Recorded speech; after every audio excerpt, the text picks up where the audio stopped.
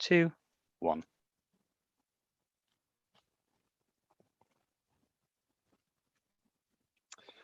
Hello, everybody, and welcome to this public meeting of Economy and Place Scrutiny Committee.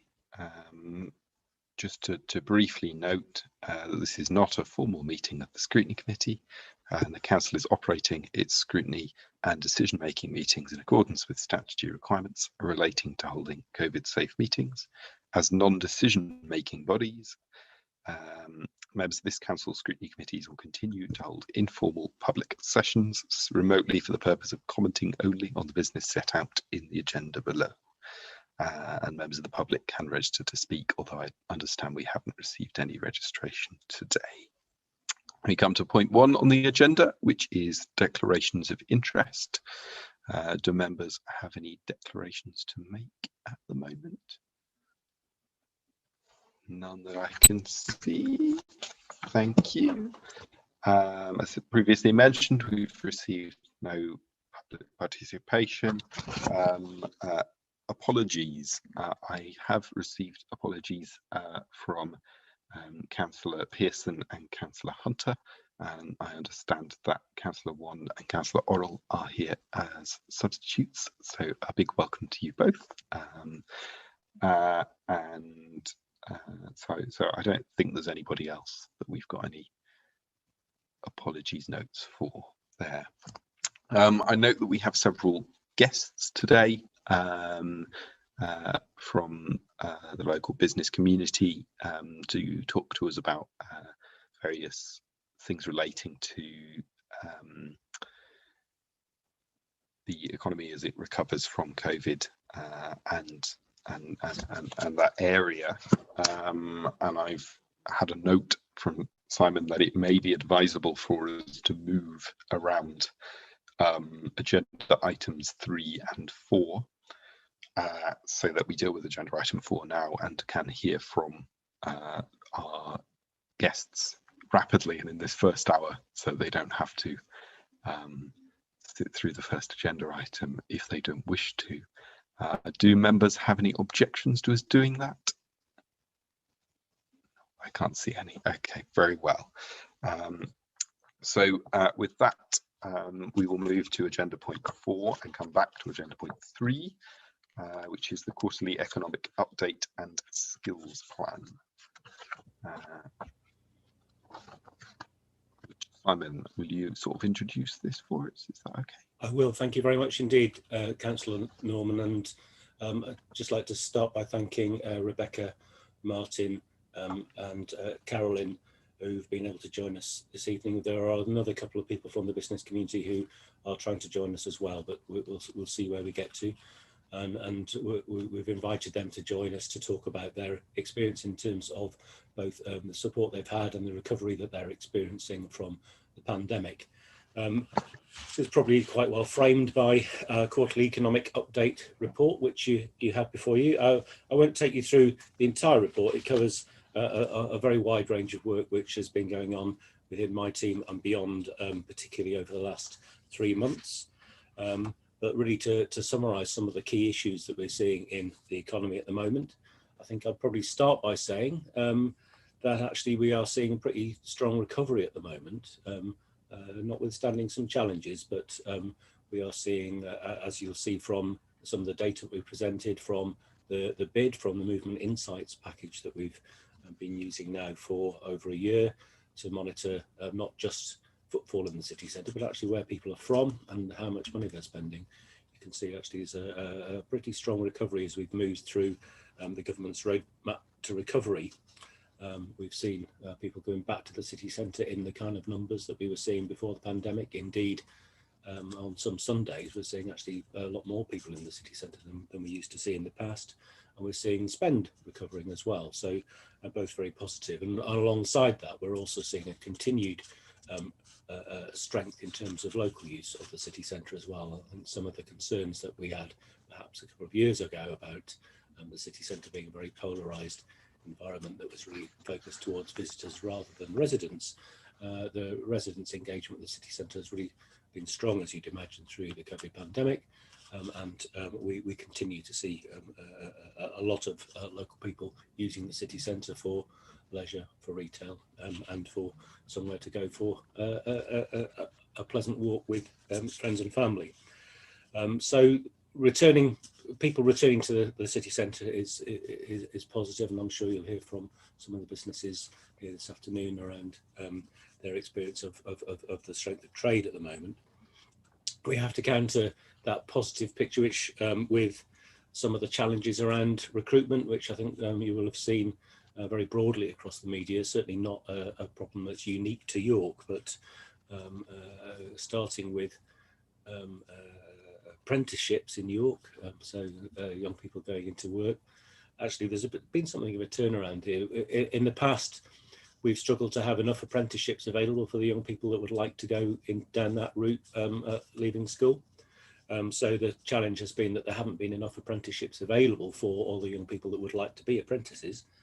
The boot is very much on the other foot at the moment. If you look within 15 miles or so of York, there are close to 200 apprenticeship vacancies at the moment. So there are jobs there, but actually nobody wanting to come forward and take up those apprenticeships offers. Now, I think that's partly to do with the disruption that we've seen to the education system over the last 18 months. And I'm sure many young people are now really thinking, well, what's my best route forward in terms of finding my way after school, in terms of studying, in terms of making a living. And at the moment, apprenticeships doesn't seem to be as popular as perhaps it has been in the past. Now, that may well change as we go through the summer and as things like exam results come out.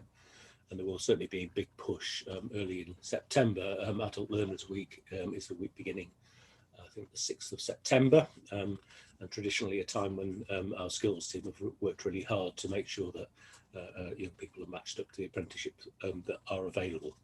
However, as they are reporting right at the moment, what we're seeing is a lot more vacancies than there are young people wanting to do apprenticeships.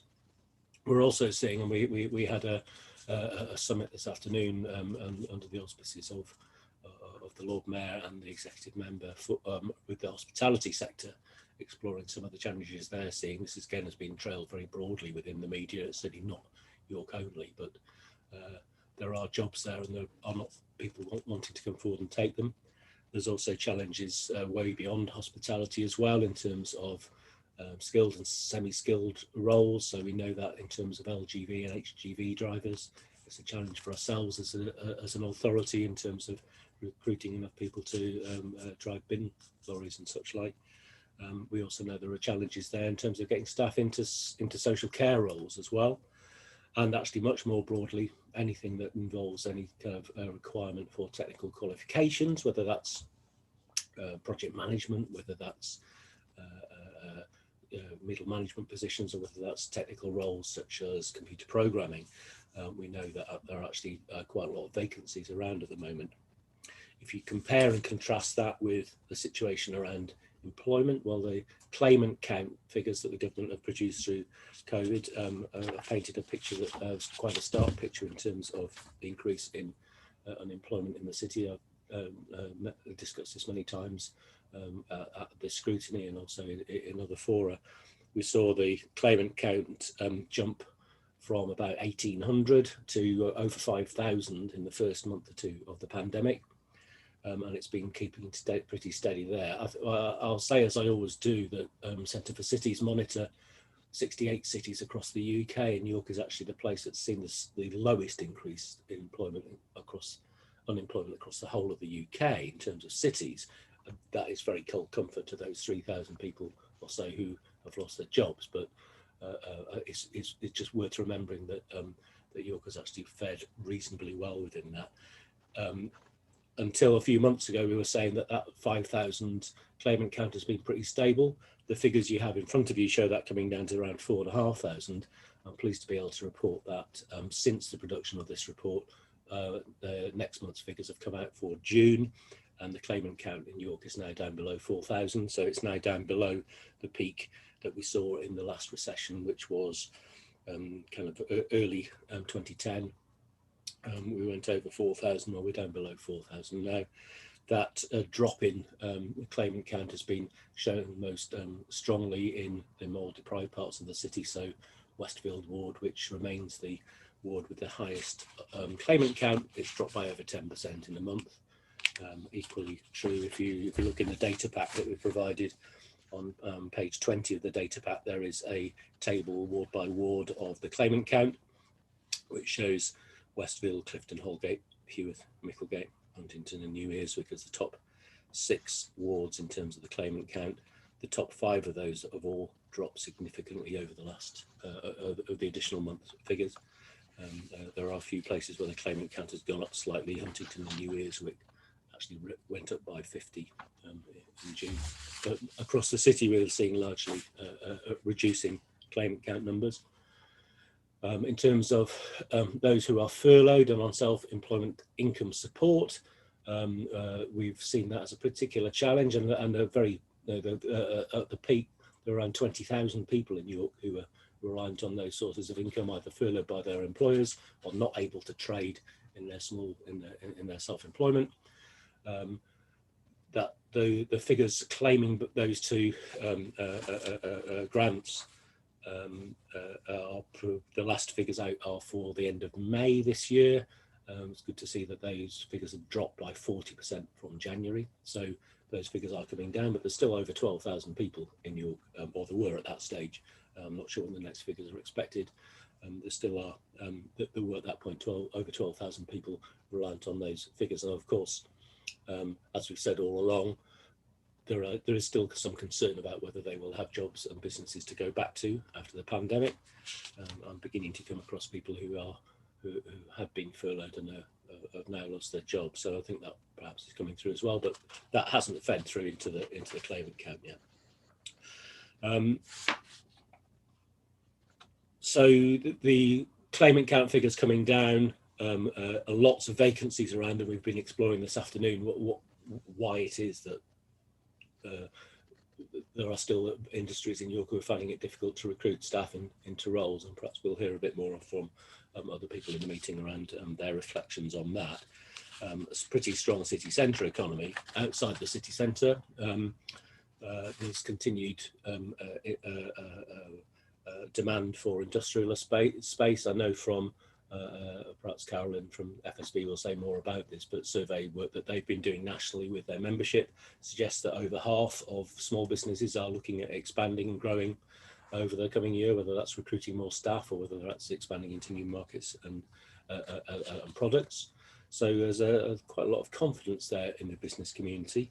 The way that people use workspace, we know, has changed massively with the huge increase in terms of people working remotely or working from home. Quite what that means in terms of the availability of workspace in York really remains to be seen, but I think it's our current sense is that perhaps some of the growth that we would hope to see is not going to be as constrained as it has been in the past by a lack of availability of office and workspace in York, but we still need to work very hard on that as a topic. In that vein, it's worth just noting that the business team from Make It York will be coming back into the council to join my team from the beginning of September, something I think which we will see as a very positive step. Unite what has been something of a fractured resource within York. We don't have a huge resource to work on economic development, but it's good to see that whole team coming together and bringing in actually a lot of expertise that was in Make It York to join with my small team in the council. A lot of change in the more generally in the business support environment, with both the implications of what you saw last week in terms of the announcement around local government review, but also the LEP review that's been ongoing as well. So still some moving parts to realign with that, but I'm pleased that we'll be able to unite our team together. So I suppose in general terms, what I'd say is some quite strong indicators there in terms of how the economy is performing. Still a lot of concern around employment and in terms of the claimant count. The work we've done on the skills plan over the last year has got us in a much better place, I think, than we were prior to that, in terms of being able to align our training offer and get a much more nuanced view in terms of what we need to be doing with our colleges and universities and training providers to provide the kind of workforce that's needed for the jobs that will re-emerge as we come out of the pandemic. Well,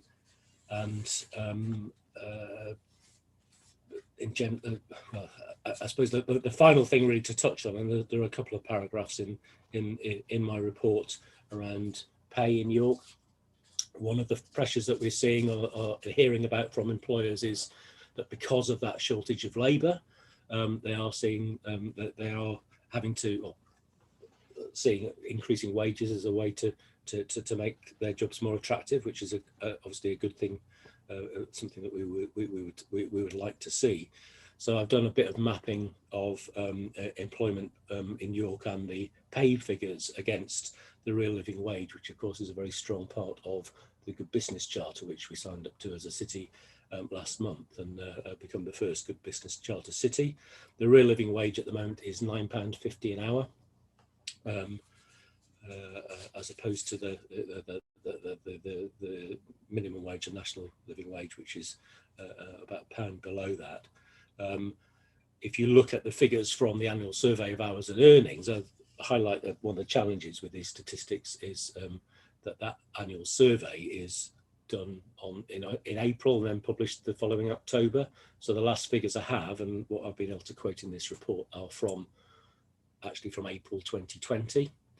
If we are seeing an increase in wages at the moment, then they are largely post-May 2021 and won't be reflected in this October's figures. So it may well be another couple of years before we really start to see changes that are going on at the moment coming through in the statistics. But if you look at the figures from last year, 90% of all full-time employment in York is above that real living wage, above £9.50 an hour. So only the lowest 10% of full-time workers are paid at or below that real living wage. If you look at part-time work, though, which we know in York is particularly prevalent, not because there's not as much full-time work, but actually because so many people need to work in our beautiful but rather expensive city, about half of part-time work is paid below that real living wage figure.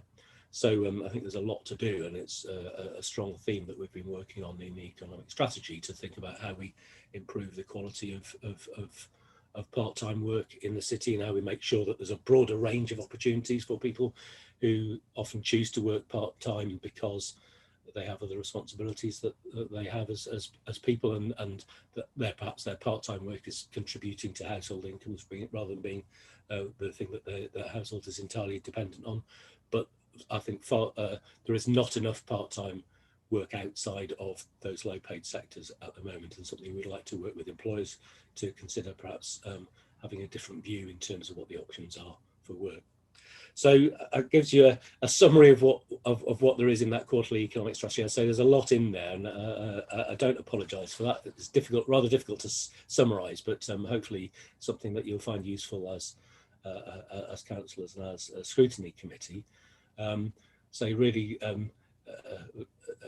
very happy to answer any questions anyone has on what I've said there, but it'd be great to involve some of the voices of the business community that have been able to join us this evening. Martin who runs Market Stall and is very much involved in the Market Traders Federation.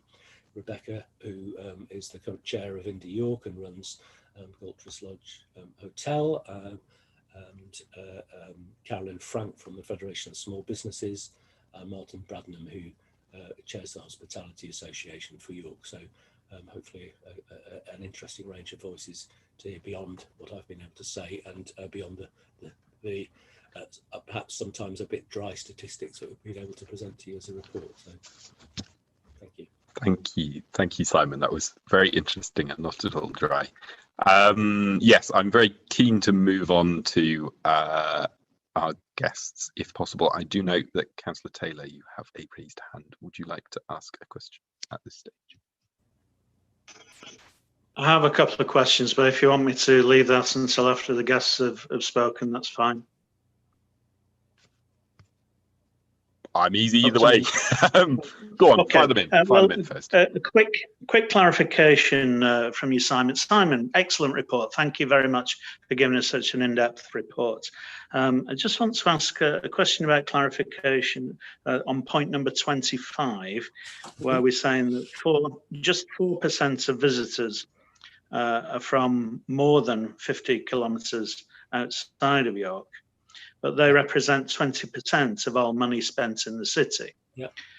So just asking you to clarify, does that expenditure include accommodation costs? Because obviously day trippers, people from nearby, perhaps not going to stay in the city and spend money on accommodation. Yeah, it would include that, Councillor Taylor.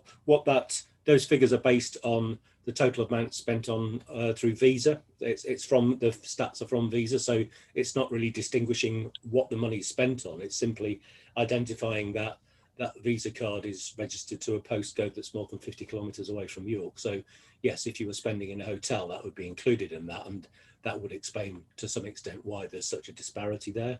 That it's that there are things that they are paying for that people who are close to home would not be paying for. I would, however, say that it's from the first 3 months of the year when largely hotels were not actually open in York. So it's also reflecting a deeper trend in that as well. But it certainly wouldn't. It's simply the amount that's being spent on Visa cards and identifying where those cards are registered. Okay, that's helpful. Thank you. The other point is on point number 15.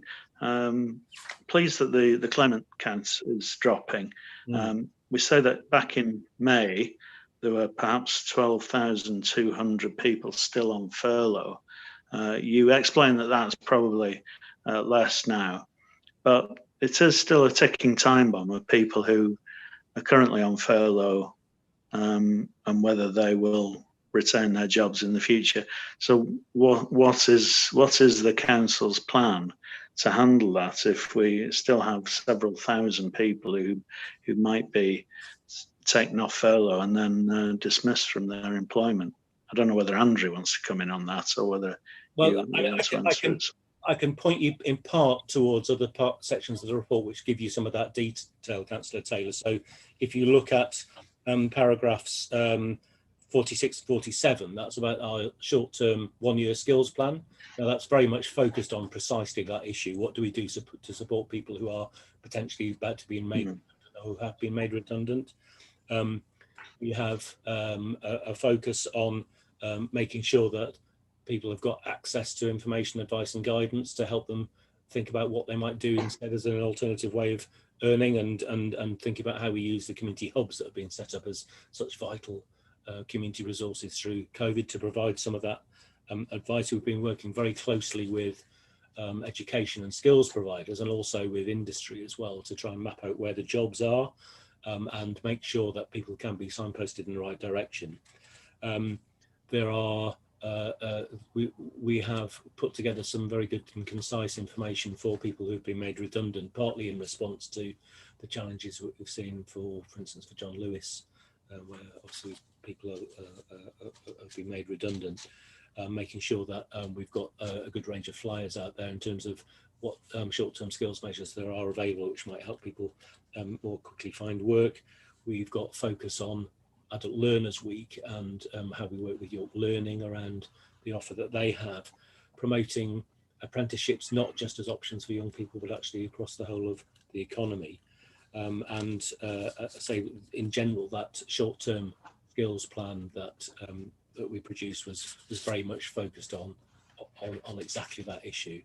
I think the only other thing I would say is that we do have relatively high numbers of people still or when the figures were last produced, we still had a relatively high number of people furloughed on that self-employment support scheme. That's in part because there is confidence, we think, from employers that actually there will be jobs for them to come back to. It's a very long time to keep somebody furloughed over a year if you don't actually think you've got a job for them to return to. And in other places where we've seen the claimant count increase much more than it has done in York, we've also seen far fewer people on furlough and on that scheme as well. So it's partly, I guess you might say, I'm whistling to keep our spirits up, but I think there's a hope there that actually that there's a positive sign that people are furloughed and that genuinely there will be work to come back to. However, I say if you could look at the list of things that we've done at point 47 in this report, you can see we've got a pretty strong offer in place, reflecting, I would say, the amount of resource that we have these days for doing that kind of skills and economic development work, which in no way matches what those of you who remember what was available when we used to have future prospects and the like in the city. Those kind of we're making the best of the resources we have and making sure that there's good information out there and that people are as well connected as possible to what opportunities there are. No, I think that's very good, Simon. I think it's positive generally, and while I feel sorry for the people at Monk's Cross who lost their jobs, it was clearly always the wrong place for that store to be positioned. But I think you've given us a good lot of guidance there. Thank you. Chair, I think Councillor Taylor was just interesting that I'd comment very briefly. The priority has been to retain what we have, and that's by ensuring speedy payments of grants, and then ensuring that the existing resources, whether in apprenticeships, training, whatever, that is made available, and then a climate which recognises that the vast majority of people in the city are employed by small businesses. We now have much better understanding of their requirements, and I'll let them speak for themselves. Brilliant. Thank you very much, Councillor Waller. I would suggest that we come back to this if we've got further stuff on it once we've heard from public speakers, and bring in some of our guests, if that's all right. I don't know if you've had a thought on how we do this, Simon, but I was thinking we sort of bring you in by one, see what you would like to say, and if any of you have further comments to make on the back of what any of the rest of you have said, then put your hand up and get in. Does that seem sensible? Yes, good. All right. Just because you're first on my screen here, Martin Spencer, do you want to come in on the sort of challenges that you're facing, and any comments or thoughts for the committee? Yeah, certainly. Yes, thank you. It's kind of a novelty to be speaking at one of these sessions where I'm not aware there's a ticking clock with a 3 minute sort of bing bong and you're out sort of thing. But yes, the main thing I'd really like to say to begin with is, yes, we are really grateful for the support we've been given. The financial support made a massive difference, and the way that people were included, even if they didn't actually live in the York area, definitely helped, because obviously those business owners still contribute in the same way as York residents in so many ways. And yes, to echo the fact that so far the recovery since reopening for non-essential retail has been really good. I don't think anybody here is unaware of the fact that we're working in the new abnormal at the moment. Things are not going to stay like this. There's the release of people from lockdown with that euphoria. There's excess cash flying around from those who've been lucky enough to be furloughed, and etc., etc. So the gist is really that we need to continue getting the good message out and work together to do this, really, because for all of us, our long-term future relies on the fact that the world in general know that there is a wonderful, safe and truly inspiring experience waiting for them here in York. And that, of course, includes the residents as well. We've seen shed loads more local people coming to our particular little shops since the reopening, probably than we have done, even though we still got a good number. You know, it's not an entirely a tourist dependent economy, or it doesn't work that way for us. The main thing really in all of that is, as you're already seeing in some of the newspaper articles, is clearly crowds are a great thing as long as they're behaving themselves and roughly following the guidelines as near as you can get them to. But there are inevitable pitfalls which we need to make sure we minimize as much as possible. So from our perspective, right out there on the street, we would really want the maximum visible presence of police, of community support officers, the street rangers, especially on the busiest and potentially most problematic evenings, when you've got more chance that the negative aspects of lots of people coming together and having a bit of a hooray can spill out. Because anecdotally, over the years, so many of the residents have said to us that we don't bring our kids into the town on a weekend because we're scared, or we're scared for them. And, you know, let's face it, when people vote for their feet, it's really hard to get them to reverse that vote and come back to a place that they've become scared by. You know, they don't take their kids back into an environment that they thought was threatening. They go somewhere else. So it's just, yeah, I don't want it to be a negative contribution, because it's not. It's great, actually, what's going on at the moment. But let's try and make it continue to be as great as we can. So to get the balance of the advertising out there to be that it is a family-friendly and a safer environment, and to really back up, you know, kind of deliver on those words. It's dead easy to type the word safe in a presentation. It doesn't mean it actually happens on the ground in reality. So it's delivering that and backing it up. There are other aspects which, again, I've raised before. You know, the other things that people complain to us about are not being able to find anywhere that they can go to the loo in a way that they find acceptable, and people struggle to find somewhere to put their litter. We are forever taking bits of litter from customers who've carried it around for 10, 15 minutes because they couldn't find a bin. You know, they're just little details, but, you know, let's get these sorted. And then we can get on with the really big picture, which is a really positive one. I think York's got masses to offer. And if we could all get involved in, you know, this is not us trying to control the tenor, the wording of advertising in any way, just saying we've got some ideas that could add to the mix and make that advertising even more effective for the overall draw of the city, which we all rely upon. So if there's a way we could do that a little bit better, that would also be cool. So yes, that's probably me. I'll probably start coughing in a minute, so I'll hand over to the next speaker. That's more than right. Thank you very much for that, Martin. That's much appreciated. I don't know if there's anything immediately coming off the back of that people want to talk about, or if we want to just keep moving through speakers and then come back to stuff at the end. I think that second approach is probably more sensible, unless there's something achingly desperate. In which case, Rebecca Hill, would you like to come in now and talk to us briefly? Hello. Yes, I've got some notes. I don't know that I've got anything vastly poignant to say. I think, copying what Martin just said, from an Indie York perspective, a lot of our businesses have had quite a good recovery. Across almost all sectors, they've bounced back quite well and are having quite a strong time, with the only exception, as people have said several times, with things like formal wear, because that industry still isn't back. You know, weddings are only just happening again, and big events are not quite properly back yet.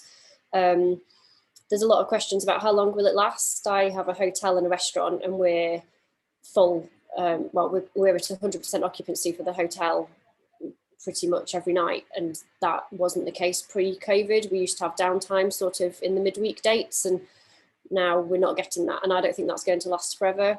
Our restaurant is at capacity, and again, I don't know if I think that's going to last to the end of the year, but I don't know that that's going to last into 2022. We've been quite lucky in that we haven't had the same level of staffing issues as some places have had. We kept all of our staff. We didn't make any redundancies or lose any of the team, but we did refurbish and rebrand quite considerably during one of the lockdowns. So we've opened our restaurant as a new business, really, and it's been really popular, which is very good. But we basically need more staff to maintain the new demand, which we got successfully. We've managed to get some really good new staff and obviously keep the old staff that we had. We're at a point now that we genuinely think the more staff we have, the busier we can be. We're constantly at the limits of what we can physically manage with the people that we've got. So obviously the recruitment conversations that have been going on recently are really nice and poignant for us.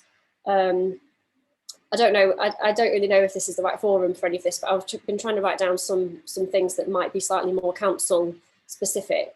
So a big thing that's on our radar is pavement licenses at the minute, because we were very lucky to get a pavement license and we were really grateful about that.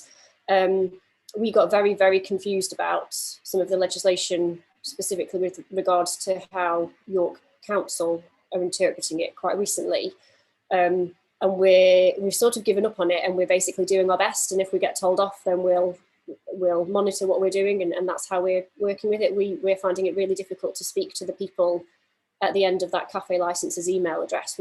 We're not speaking the same language. And obviously that has been extended by government now. So that's been extended by a year, but I think we got an email from cafe licenses, or whatever the email address is, saying that they weren't using that legislation. So at the minute, we don't know if our license is automatically extending or if it's not. So again, we're winging it, and we're either doing right or we're doing wrong, but we don't know at the moment.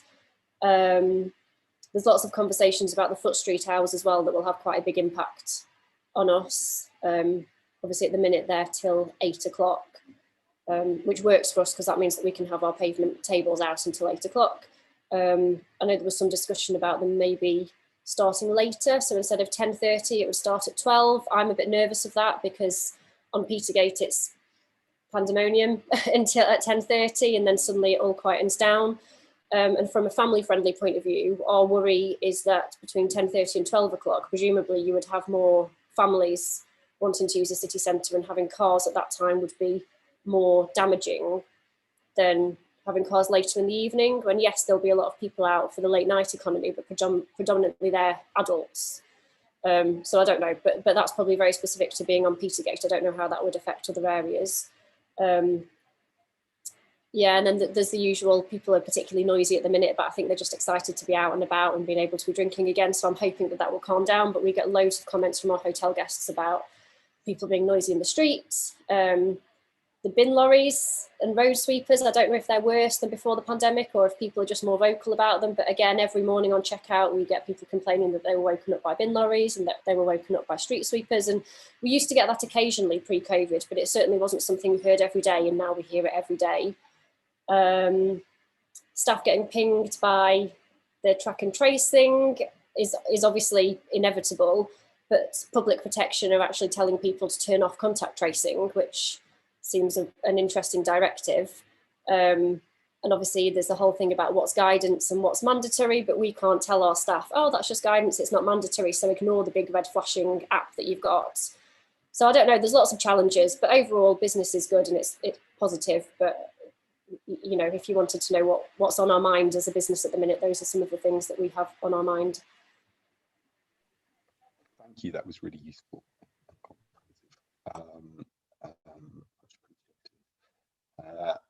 Unless there's anything burning coming from that can't be dealt with everybody. Neil, I see your hand. Do you briefly want to come in? Just briefly, just think in terms of the COVID app. I've been on a number of calls with the Director of Public Health, and I think in terms of the NHS app, the issue, the recognition that the public health team have is that it is no more of an indication of your phone as being close to another phone, which is effectively also had an alert. So the view is that they're giving is that it's also important upon you to undertake a personal risk assessment. It is only guidance, and therefore if you find yourselves in circumstances where that alert is happening regularly, so the classic example that I'm aware of is a bus driver, for example, who sits all day behind a perspex screen, is well ventilated because his window's open, but he comes into contact with lots and lots of mobile phones. So the risk for that individual is relatively low. However, he's getting pinged all the time. So therefore, there's an option for that driver effectively to switch off that app off, because it isn't giving him any extra information to should we say, inform his own risk profile. So I think that just to make sure it's clear, because we are publicly broadcasting this, that the advice is not formally to switch the app off, but in circumstances where is causing you an awful lot of hassle, because and your own view in terms of your risk assessment is that it is not accurately reflecting your risk, then that's an option you can consider. So I guess just to stress on top of that, Neil, that the specific guidance is not relating to your own personal hassle, is it? It's relating to your own personal risk assessment that you are doing or your employer is doing. Sorry, I mean, I was using hassle as in terms of if you imagine you're that bus driver and it's continually going up, it's not assisting you at all in your ability to assess your risk. It's just telling you that 10 people passed you with their mobile phone Bluetooth alerting you, and they could have been at risk themselves. So I'm obviously, this would be postulated because clearly there would need to be risk assessment done by themselves, but in Rebecca's instance of hotel staff, it seems to me that most likely the advice and guidance would still be that being pinged in a hotel setting, you're still quite likely to be in a situation where you might be exposed. It'd be a matter of assessment. It'd be a matter of assessment on to the individual role and circumstances that individual's undertaking.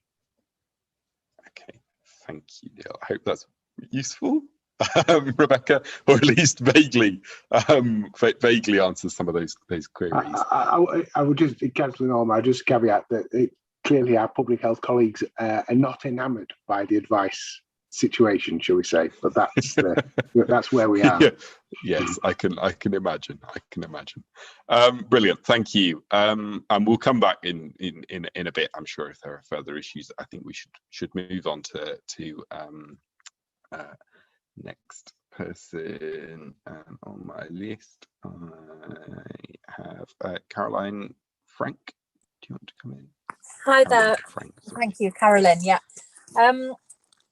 I think what I've seen from the support from the council during the pandemic, and let's face it, the challenges we're seeing to business are not unique by any means to York, is that York is now in a uniquely strong position because of the activity undertaken during the pandemic. So I really think making quite bold moves, particularly on the micro business grant initiative, pulling together the sector roundtables, the different activity that was taken early on in the pandemic has meant that challenges have been somewhat mitigated in York compared to colleagues across the UK. So at the Federation of Small Businesses, there's 33 of me. I cover York and North Yorkshire, and speaking with colleagues across the country, the activity from councils hasn't been as proactive as York. So I'd really like to say thank you on behalf of our members for that. And I think what's really worked well as well is the sort of holistic view of things and the partnership working. So it was not, right, we need to do something about grants, we need to do something about employment. It's having that overriding strategy that looks at all aspects as one. We can't look at economy separately. And so I think returning confidence and the way that York's turned that switch back on for businesses and how well the city's doing is really testament to that and that activity that took place. I think one of the issues that I see from businesses, and Simon mentioned our confidence, SBI quarterly confidence survey, where businesses are saying, yes, we're ready to grow, we're ready to recruit, we're ready to move forward. I'm concerned that this is a temporary situation, as Rebecca said, because that lost trade of a year, some businesses were closed up to 200 days out of their trading year. That can't be replaced, no matter how full you are at capacity now. So if you're at 100% capacity now, but you're at zero for 200 days last year, there's an issue there with that replaced revenue and profitability. And we're really concerned at the FSB about the levels of debt that businesses are carrying. So it's really hard for them, despite being extremely busy now, to recover that. So things like deferred rent that needs to be repaid, the emergency lending that businesses took on through bounce back loans and so on. So whilst it's good to be really positive and certainly York is in a good position, I'm perhaps more cautious than colleagues who've spoken earlier, because I think there's a long way to go to full recovery, because businesses, even though they're doing well now, have started from such a negative position in terms of their cash flow and other difficulties that they might be facing. So I think the move of moving the business support function from Make It York into the council will help that. And what I'd really ask for or encourage would be to have a sort of a one-stop shop for businesses at the council, so they can call to the council or connect with the council in other ways, however they contact you, and be directed to the department that they need, or that departments internally work together closely to give them that one-stop help that they need. Again, a recent survey of ours has said that 84% of businesses actually accessed business support during the pandemic. That's such a high level compared to normal, but they will always tell me they struggle to know where to go for help, and that's really important. If we're to help these businesses continue this recovery bounce back, they need to know where they can go for advice, where they can go for assistance with their finances, with trading standards, and so on. So it's all about communication, I think, and really linking up those different things that the council offer to businesses in a simple way for them. And really, I think the other sort of warning bell that I'd just like to sound, and very happy to take questions rather than talk too much, but I think there needs to be a focus now on what's going to happen at the end of the year. We're having a bit of a summer of, good weather, pavement trading, a bounce back from people being locked away and having those savings and so on. But is it going to last until winter? And in terms of both outdoor living and in terms of the difficulties that businesses have ahead from those levels of debt, I think we need to be looking further ahead maybe than we have done over the last 12 months, 18 months as partners with the council, and thinking about how we can really put some things in place for winter now and over that perhaps sort of off-peak season that's going to really support the independent businesses and the smallest businesses in the city to get through to the next spring when hopefully things will be better recovered. So there's maybe a couple of suggestions there, hopefully. And just a final point that I see, I actually don't live in the city. I live in Helmsley, and coming in and out of the city and so on. There's a lot of focus on the city centre, and there's a lot of focus on hospitality, on tourism, which of course is an important sector. But there's lots more to York than the city centre, and there's lots more to York than hospitality and tourism. So it's perhaps taking an approach that looks at those emerging industries, emerging sectors, and other areas of the city outside the city walls. And I feel there's maybe a little bit too much focus on city centre, and we could be looking a little bit wider as a team of partners and as the council. Thank you very much for that, Caroline. I think it's fair to say that's been a long-standing point for this committee too, that we'd like to see a broader look at stuff, and I know that's something that the council is looking at longer term, and yeah, all of that point really useful, and we'll come on to again in a second, unless there's anything particularly important that I will need to be dealt with urgently. Martin Bradman, do you want to come in, please? Good evening. Hello. So, are you ready for me to do my bit? Yep, go for it. Thank you. Awesome. Thank you. Sorry, I just put my screen up ready in anticipation of doing my presentation bit, which is great. So great. I obviously represent Hospitality Association York.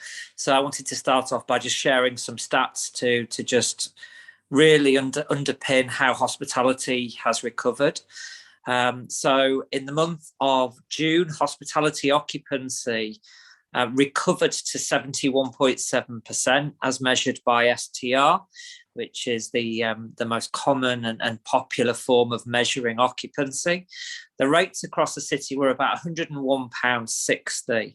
So if you look at a normal trading June, it's probably about 12% back this year versus a normal sort of trading year like 2019.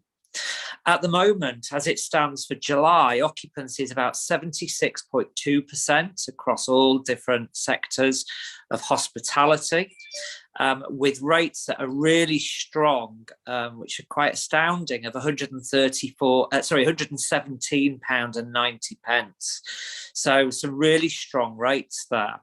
What we mustn't forget, of course, is that hospitality is seeing a benefit from VAT reduced, reduced from 20% to 5%. So that's certainly helping hospitality. And certainly when you look at the occupancy at the moment of 76.2% across the city, is probably about 7 or 8% back on this time from 2019 in terms of occupancy in July 2019. So rate is very much being helped by the VAT reduction. But of course, we know that the VAT reduction carries through to September, so the end of September, when the discount, if you like, on VAT reduces.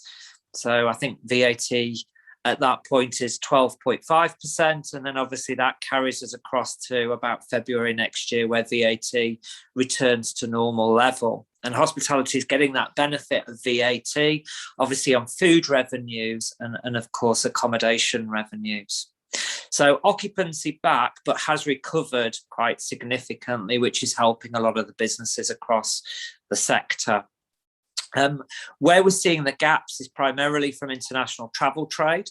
So you would see a lot of travel trade would be interested in coming to York, particularly driven by the European, American and Chinese market, and also an element of domestic travel trade. And the domestic travel trade has probably recovered a little bit, but not to the levels that it would normally be at this time of year. Also, you're missing that element of international business or business travel. So we have a couple of key corporates within the York market that we know have basically travel bans in place at the moment to protect employees. So certainly Aviva and Nestle, which would be two of probably the biggest companies that would have corporate travel, have both got travel bans, although we're benefiting from companies like Network Rail, government to a certain degree, that the volumes are still not as strong as you would have seen in other years. And of course, the third element to that is ultimately meetings and events. So you are seeing some small inquiries coming in, but nothing necessarily substantial. So, hospitality is very much relying on social events. And we're seeing the return of some weddings. Certainly speaking to some of the hotels today. Marriott, for example, I know has done already facilitated about 7 weddings in recent times. Certainly the Doubletree has a couple of weddings, about 3 or 4 booked in August. And we're seeing the ability to be able to actually deliver those weddings, which again will help with running our venues and our profitability and our turnover.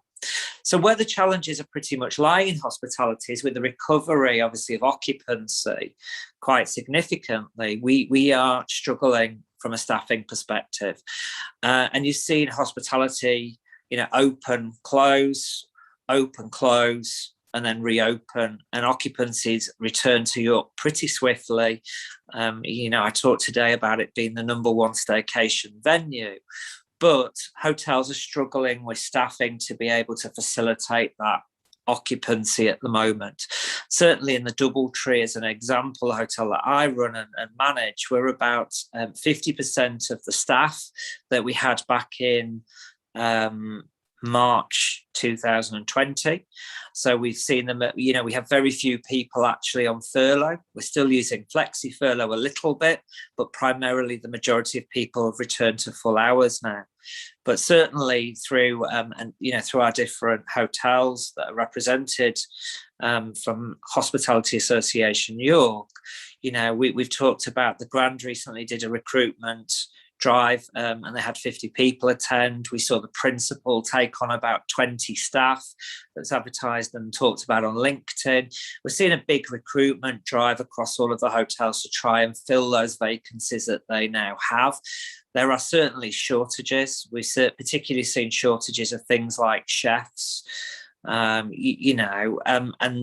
what's happened with a lot of the chefs is they've either moved on to different industries whilst they've been furloughed, or have taken on other job roles within other industries, particularly and notably agencies, for example, that would have had a plethora of chefs that would have been on their books. A lot of those chefs have gone on to work in other industries because they've been self-employed during the close down, so obviously have not returned to chefing and stayed in these other industries. So you can't even hire chefs from chef agencies at the moment. It's really tough. So I think that gives sort of a rough overview. I'll share sort of, I do share Carolyn's views that we do need to think further ahead. I mean, at the moment, the business on the books for August is looking quite strong. You would expect to at least emulate the occupancy of July in August, if not exceed that a little bit. Last year in August, when we were able to reopen, the occupancy in York was about 72% measured by STR. So you would expect it to probably exceed that this August. But then when you start to get into months and corporate months like September, the bob is obviously weakening, and it's really there an expectation that corporates may start to return, but I guess corporates will review their travelling strategies and their approach to letting people travel to a destination like York. It depends whether they are, encouraged to travel, or whether they say, actually, we'll hold it off till the end of the year. And it's dependent on meetings returning as well, as we move out of sort of the leisure period into what you would class as sort of a corporate come meeting sort of period of time. And there are some concerns, particularly over October, November and December. You will find there's quite a few hotels in November, for example, that have got groups that are linked to the rugby internationals that are obviously being played at the stadium, and there is a little bit of concern whether that will still go ahead at this moment in time. So it will be a little bit shaky till the end of the year, and we do need to start thinking ahead in terms of how to support those businesses. So certainly, I'll be talking to Make It York in terms of marketing strategy, how to support the destination as part of the Tourism Advisory Board and their strategy there. And we may find that January, February certainly become more pronounced, which is a downtime really from a hotel's perspective. That's pretty much it. Any questions? Brilliant. Thank you very much. Members, if you put your hands up for questions for any of our four speakers, I think that would be productive and useful. And Councillor Taylor, I know that your hand has been up for a while. Do you want to?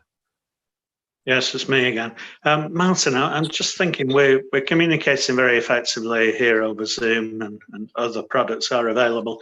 I just wonder whether the world has changed, and that corporates and other organisations have discovered that they can hold conferencing and meetings quite successfully and much more cheaply using electronic means, and whether that conferencing business ever will return. You must talk about this with your other hotel colleagues.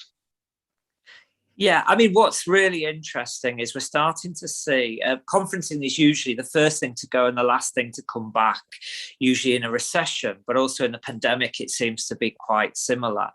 There is a real desire for face-to-face meetings, but what we're seeing is more the small meetings is certainly starting to become a little bit buoyant, that there are smaller meetings floating around and inquiries are coming in. It's nothing as dramatic as it would have been pre-epidemic, but there is a little bit of meeting business that is out there that is inquiring. But I think there will be a desire to have small meetings. Whether the bigger stuff comes back quickly, it's difficult to say, really. It's too early to sort of comment on that. And then the other side of the meetings business, of course, is a social element. So we're seeing sort of a backlog, if you like, at the moment of weddings that, haven't been deliverable to the bride and groom's, desires and wants. So that they've, in lots of cases, pushed the date on those events. So we're starting to see a bit of a backlog of weddings and events that can now take place to how they would like them to run. So we'll probably catch up that backlog. But then, I do think socially people might look at other alternatives dependent on what sort of cash reserves they have. But we'll see the social piece will be slower to return, I think. You think social will be slower to return? I would have thought shifting marketing away from conferencing towards social events might be more prudent. I think there's an element of that, but I mean, things like Christmas parties that we would class as social, we're not expecting it to be massively busy with that. And I think that there's still a lot of nervousness as to how long are we going to continue on before restrictions come back in? So I think that certainly social events are getting shorter lead, and I think that there's still a nervousness with, dare I book that for next year? What's going to be the situation then? And I think that some of the social events are looking at different alternatives to running events. Oh, well, best wishes. We will come out of this. Thank you. Carolyn, I noticed a raised hand from you. Did you want to come in? Yeah, I was just going to comment from an FSB perspective, from how as an organisation. So we are booking York for our regional Yorkshire and the Humber Awards, but it's not until March next year. And we're looking at some smaller events as well taking place physically, perhaps from autumn. And some of the businesses that I deal with in our membership have also said sort of autumn onwards is the time they're looking at doing any sort of physical event. So I think for this quarter, businesses and organisations are not particularly looking, but definitely for next year, people are willing and wanting to come back to physical events. It's just a little bit of a delay because people are, as Martin sort of said the same thing. I think there's a cautiousness. People are worried, and they're worried about having to cancel, rearrange. There's been too much turning on off in the economy for them to put their faith into things yet. And from an organisational perspective, we've always had huge conferences in London and so on. And I think we'll be looking at scaled back versions, which is an opportunity for smaller cities like York with smaller venues and that are perceived as safer to take advantage of that. But it'll be into next year and beyond, I think. Thank you. That's really useful. Councillor Orrell, do you want to come in? Thank you, Chair. Good evening, Martin. Good to see you again. Good evening, neighbour. We can nearly shout at each other rather than a Zoom meeting. Your mention of staff shortage is no surprise to any of us, I don't think. Does this mean that hotels, guest houses are turning people away? And if so, on what sort of scale? And when you say turning away, do you mean customers? Yes. I think there's an element of always assessing what you can deliver and what you can't deliver. But certainly, speaking on the basis of HEY and the Hospitality Association York, I spent some time over at Gray's Courts last week with the owner Helen and Sarah Carnegie. And we had a meeting actually with Rachel Maskell, and also I know they met Julian Sturdy as well. And obviously they were expressing concerns about the pandemic, particularly how it was impacting them from a staffing perspective. And this is where it has been really difficult, particularly with some of the smaller businesses. I haven't felt it so much myself in a larger business, but certainly the smaller businesses can and are feeling it because, yes, they're having to make difficult decisions, like sometimes shut the restaurant because they might not have, certainly in Gray's Court's perspective, I think they struggled with front of house staff. They had kitchen, but they had no waiters or waitresses or food and beverage staff to actually to be able to serve the guest. So they had to, a couple of times, I think it was over maybe a 2-week period, make the very difficult decision to actually close their restaurant operation and just operate a breakfast operation. At the Doubletree, which is a bigger operation, I have more staff. I mean, I've been impacted. I had to shut, but only once or twice where we operated the restaurant slightly different. So the bigger hotels seem to be a little bit better cocooned and able to deal with it. But all of the hotels are being impacted and are having to make difficult decisions. And, certainly when you get a group inquiry or a conference inquiry, if you're lucky enough to get one, you are assessing, can I deliver this with the staffing I've got? Or am I putting my business under, and my staff, particularly my team, who are already under pressure, am I putting them under too much pressure to be able to operate? So, certainly I've had to turn away a couple of pieces of business and stop, say, operating. At one point, we stopped operating afternoon teas just to be able to look after the team and cope with the business levels that we had. So, and then you think about that, obviously that's turning away business, turning away revenue, turning away a bit of profitability. But these are hard decisions we're having to make, to look after the staff as well. Yeah, thanks, Martin. Thank you. I know Rebecca had sort of touched on this too. I don't know if you've got anything further you wanted to add to that. No, I mean, I used to do consultancy for hotels, and they actually, weirdly, although I live in Yorkshire, they weren't Yorkshire hotels, and I'm still in touch with a lot of them. And whilst I haven't heard it happening so much in York, I do know of lots of hotels that have had to do exactly that. They've had to close, maybe Sunday, Monday nights, so they're just on a 4 or 5 day a week operation now. And some of them, it was quite nice. These are all independently owned hotels, so it's probably quite different. But nicely, it's not that they couldn't fulfill the business. They probably could have done, but it would have required the staff working 6 day weeks or, ridiculous hours. So they've actually taken that decision to kind of, look after the well-being of their staff. But of all the places I've heard it from, I've not heard it from a local area. It's actually more sort of down south, really, that it seems to be a bit more prevalent. Thank you. That's useful as well. Councillor Douglas. Thanks, Chair. I wanted to ask about, Carolyn mentioned looking further ahead and preparing for going into the winter season, essentially, and around debt. And I wondered if any of you could speak in a bit more detail about what you think is needed in order to support businesses through that period around finance, because it's a very tricky and difficult area, isn't it, and can be catastrophic. So I'd really like to hear your thoughts on that. Thank you. Carolyn, do you want to come in on that, please? Yeah, I mean, it's just a bigger problem than we've seen before, and in the same way that the British Business Bank and the banks who have done the lending have given extended payment terms on that emergency lending that government put in place, a 10-year instead of 6-year on bounce back loans. I think what the council can do is look at payments to the council and try and spread them over a longer period, just to give businesses more time to recover. So there's something there around flexible payment terms.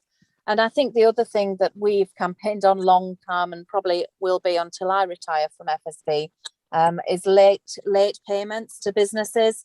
And this is having a huge impact on cash flow. So larger businesses or organisations paying to small businesses and, not sticking to payment terms or having extended payment terms. And I think there's lots within the Good Business Charter on that. There's lots of campaigns out there. So it's all about, if the council's dealing with businesses to pay, see if payment terms can be decreased or speeded up. And I know that's happened during the pandemic, but I think these kind of flexible options are going to have to continue for a longer time. And in order to keep businesses going, really, I've spoken several times to Simon during the pandemic and said it's about survival of businesses. It's not just a nice to have; it's an essential. And I think this flexibility of payment and cash flow has got to be helped along in any way that we can do. So whether it's campaigning on it to bigger businesses, or whether it's actions the council takes itself, or, you know, getting better communications with banks, or there's lots of ways it can be done, but we've all got to concentrate on keeping cash flow in businesses so that they can pay that money back themselves. And I think it's something I can confirm probably, but I think it was something like 40% of small businesses believe that their debt is unsustainable, that they're going to struggle with repayments. It's a huge number. It isn't just a handful of businesses who've suffered particularly. It's more commonplace than that. Thank you. That's really useful. Councillor Daubney. Thank you very much, Chair. Good evening to all our guests, and it's nice to see you all, and thank you for your thoughts on your particular aspect of the local economy. I wanted to ask Rebecca what she thought about closing the foot streets at 5 p.m. and how that might impact upon her pavement cafe business. Any thoughts on that, Rebecca, or perhaps we would prefer as a range of start and stop times for the foot streets? Yeah, it's different for every pavement cafe license because they all seem to be slightly different. So for us, well, the council only grants, as far as I'm aware, they only grant the pavement licenses during the hours where the roads are foot streets, and therefore the tables and chairs go on the pavement, the pedestrians go on the road, and the cars cannot access that area. So we can't put our tables out before 10:30, and we can't have our tables out there after 8. So on the one hand, we want the foot street hours to be as long as possible so that we can keep our pavement tables out there as long as possible. However, for us specifically, we don't actually block the full pavement. You can still get a wheelchair or a pushchair on the pavement next to our pavement tables. So for us, you could change the foot street zones to maybe opening back up at 5 o'clock, and we could potentially, if the council changed the ruling on it, we could potentially keep our tables out there because the pavement is still accessible. But obviously for other businesses who don't have that, if their pavement tables completely cover the pavement, then obviously you would have pedestrians on the road and that would be unsafe. So it's a difficult one for me to comment on really, because I'm always conscious about speaking about my business on behalf of several businesses, and I can't really do that. But for us, we're quite lucky because we're on quite a wide bit of pavement and quite a wide bit of road. But for example, Drake's Fish and Chip Shop, which is only a few doors down from us, their pavement tables are actually on the road, not on the pavement. So presumably what rule works for them would not work for us. So it's a difficult one really. I think we have challenges because we're a hotel, and historically guests could drive to our door at any time because you could come in through Monk Bar, go along Goodrum Gate, go past sort of CEX and end up coming down Great Plain and pull up to our building even during the foot street hours, which was great if we had disabled guests. And that's currently not possible right now, which has been a challenge. But if you had to ask me whether I would prefer to have disabled hotel guests able to access it, or we'd have the pavement tables for the restaurant, I don't know. I would probably pick the pavement tables. So you sort of gain on one hand and lose on another. It's a really challenging topic, really. Yeah, I agree completely. I've seen you had, Neil. We'll come to you in a sec. Just to say briefly, I think as well that I understand that there is likely to be a commissioned piece of scrutiny on foot streets and blue badge parking as well, that I'm sure we will come to at some point in the agenda. But Neil, I come to you. Just a couple of points. One, so the government has announced that they're looking to extend the cafe licenses for a further year, but Rebecca's right, they've not actually yet issued the legislation to do so, and the current cafe licensing regime ends at the end of September. And maybe if the members wish to have a bit more detail onto the impact from a Highways Authority's perspective of cafe licenses, you've got James Gilchrist on the call who might be able to assist you in terms of the issue of that Rebecca drew out, which is the the obstruction of pedestrian access and footpaths, because clearly, whilst they might appear to be the room, we've got responsibilities as highways authorities for the whole highway, and when that's been used by the principal highway is being used by cars, then obviously that has an impact. So just to alert you to the fact that you've got James on the call if you wanted any further detail on that. Thank you, James. Do you have any further comment?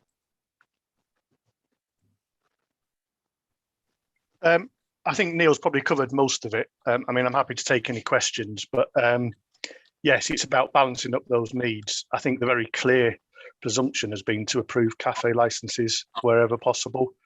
And actually the government's changes streamlined that process to how it existed before the pandemic as well.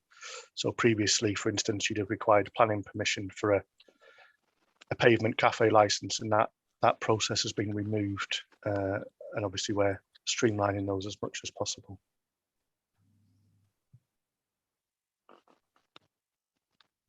Okay, thank you. I can't see any other hands up. I would just sort of say as well, there's a few points that I noted down from contributions from our guests that I think were more sort of questions for the council than matters for us to raise as debate. So I don't know if it's appropriate perhaps for James, Neil and potentially Simon as well to take those into account after this meeting. If you'd like to send us the issues that you particularly looking at time.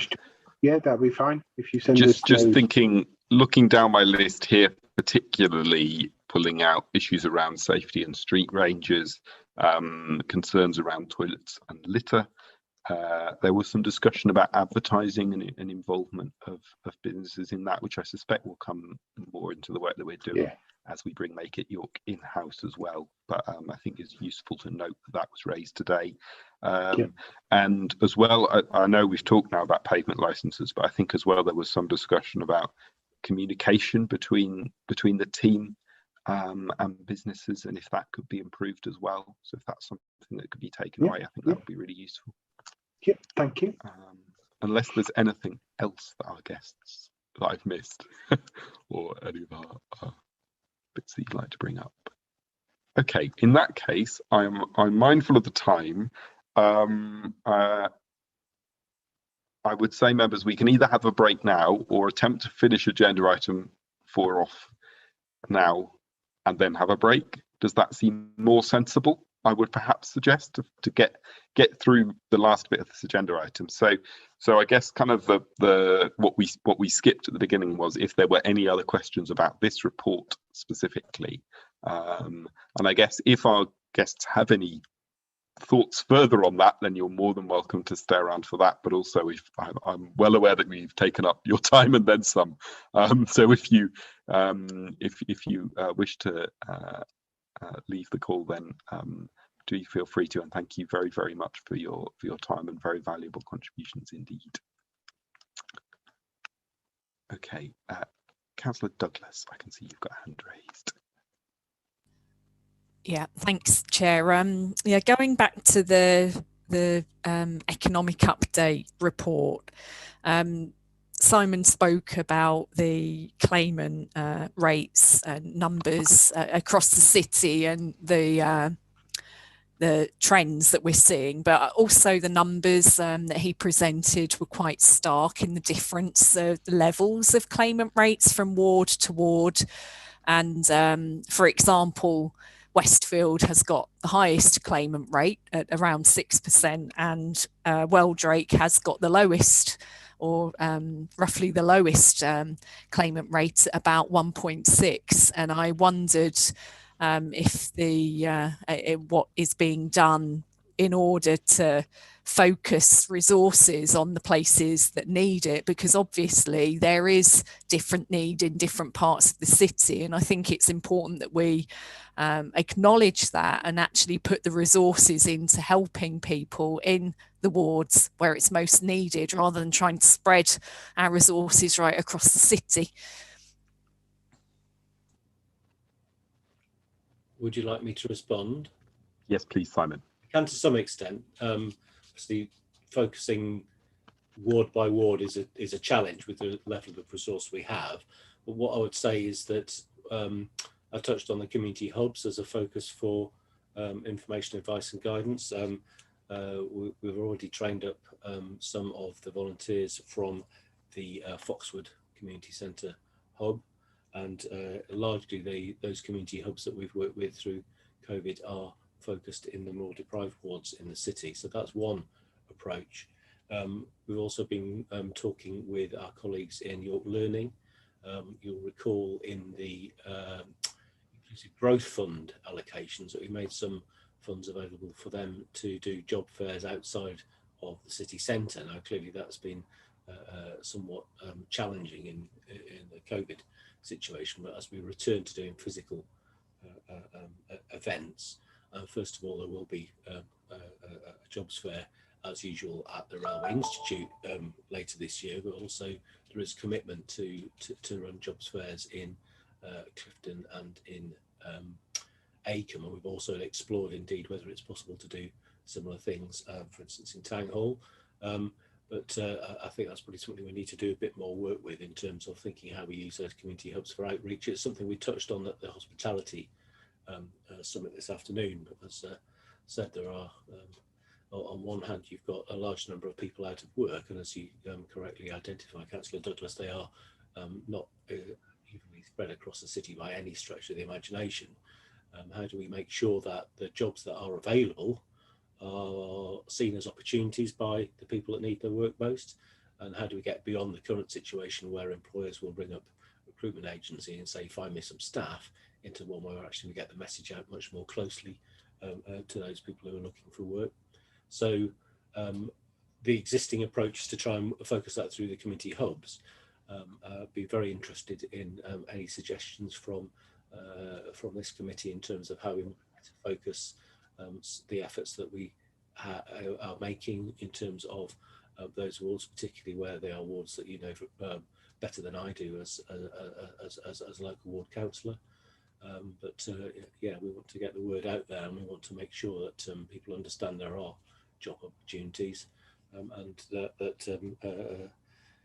if there are people with lots of opportunities, well, we should be looking at the places where the wards where there are lots of people who are out of work as well. I say the figures are coming down.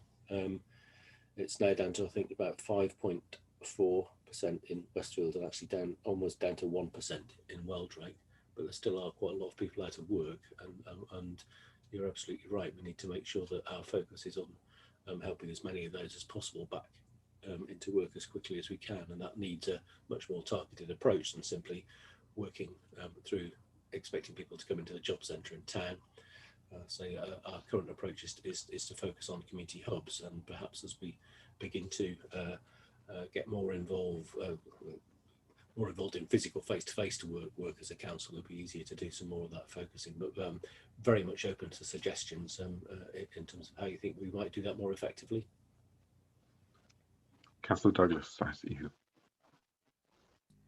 Thanks. Yeah, I just wondered if Councillor Waller could comment on that, on how he sees that resources need to be focused to the areas of greatest need rather than spread out across the city, which is generally how the administration is approaching everything at the moment. Well, Councillor Douglas, I fought very hard to keep the community centres open from your closure plan, so that we had the community hubs available to provide the support in those communities that needed the greatest help. So I think that's testimony to the reversal of the community centre closure programme. I do work very closely with Simon and the team, and ensuring that there is a larger team combined within the authority has been an objective for 6 years, and we're looking forward to seeing that achieved. And therefore it is important that all partners are aware of the role that they play. There was a very effective Westfield project, and learning from that has been applied for a number of years. So I think it is vital, and that's why this morning, with the report that I received, I asked that there was a breakdown by community in the next quarterly update, because there does need to be measured outcomes. Go on, Councillor Douglas. Yeah, I'd just like to correct Councillor Waller. It wasn't my closure plan, by the way. It was rather unclear. Okay, I was coming to you as a Labour spokesperson.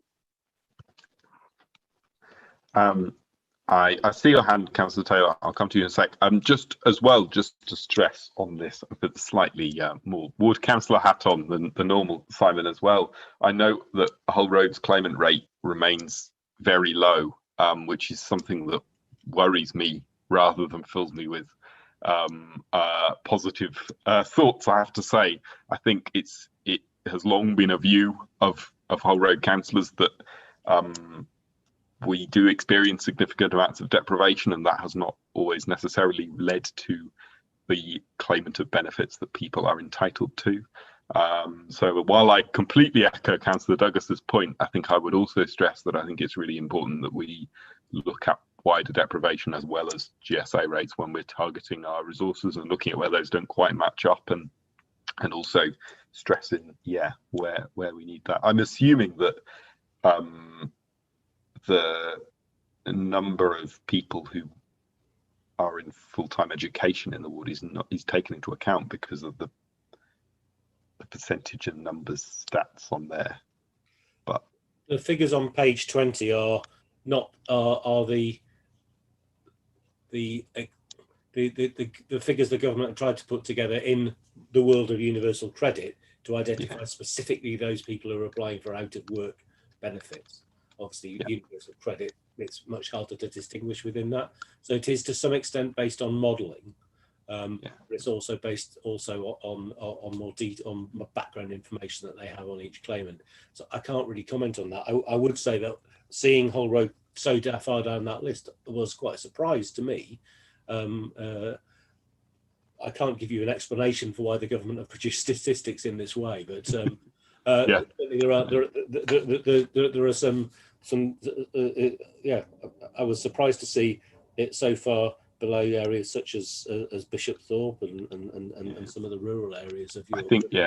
I think our historic view would be that it probably has some likelihood in historically low rates of claimant to the benefits they're entitled to, but I wouldn't. There's some additional work that we're doing with the economic strategy in terms of our engagement, which is through community citizens advice York, talking with some of the people that are speaking to them, particularly in terms of financial challenges. That isn't geographically targeted, but it'll be interesting to see the kind of messages that are coming through there, and whether there is a reluctance perhaps for people to be coming forward and claiming benefits at the moment. I don't know the answer to that question. So all I would say is that yes, I was also surprised to see where Hull Road comes up on that list. Indeed. Thank you, Simon. Thank you, Councillor Taylor.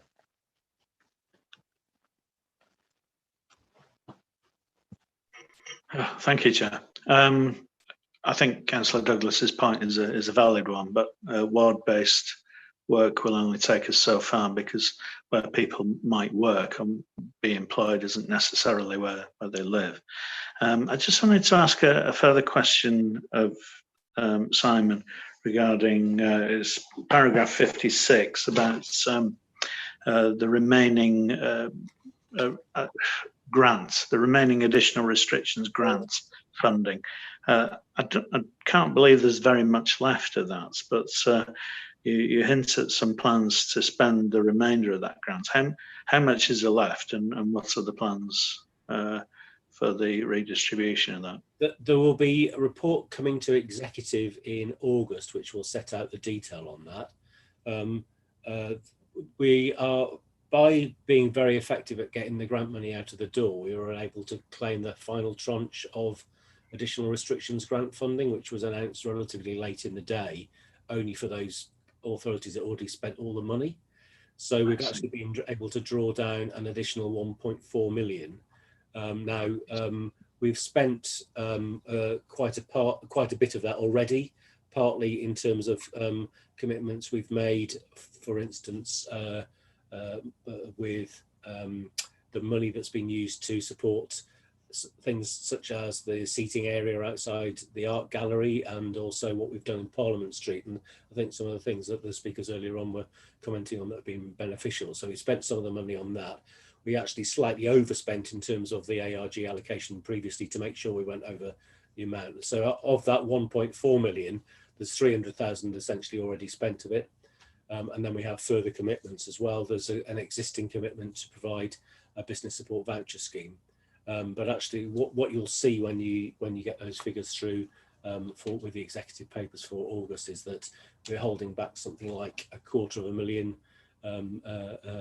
potentially for spending later in the year. It's not a huge amount when you consider the amount that we've spent in total, but it will provide a bit of a buffer if should there be any position where perhaps we go back into further lockdowns, heaven forfend.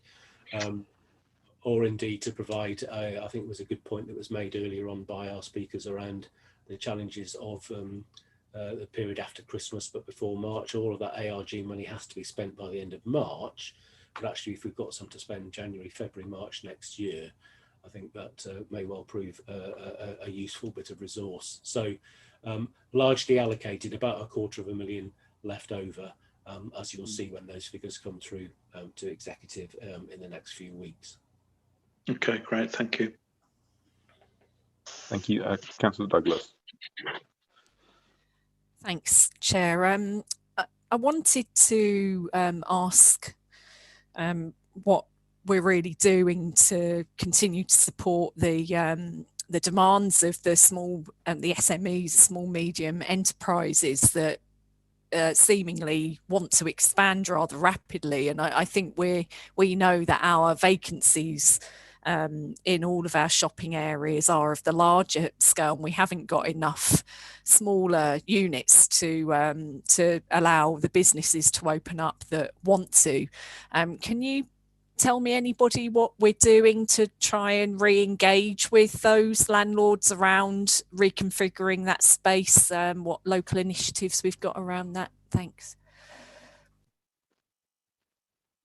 So, if I might, the largest scheme we've got at the moment is on Coney Street, where the council took direct intervention and purchased the Holland and Barrett site, and we've been working with local developers, the Helmsley Group, on the rest of the street. And I think the report was going to executive in respect of the River Walkway, talked about the Helmsley Group's significant investments along the whole of Coney Street.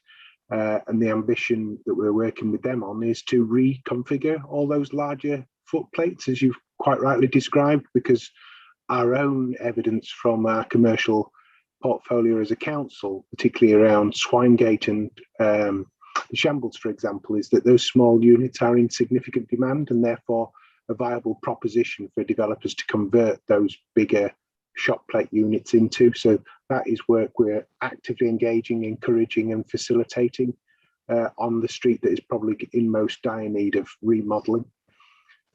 Clearly there's other activities across the city within individual businesses, but they are, as you rightly point out, owned by separate entities, and we can do no more than encourage and demonstrate to them the benefits of the smaller footplates that we operate ourselves in the city. Simon, do you want to come in first, and then I'll bring you in, Chloe? Is that all right? Yeah, all I was going to do was add to what Neil's already said. And if you also think about, for instance, what we're doing with the university in terms of the Guildhall, that's taking what's a relatively large workspace and actually providing it to as many small businesses as possible. So it's something that we work on as and when we can.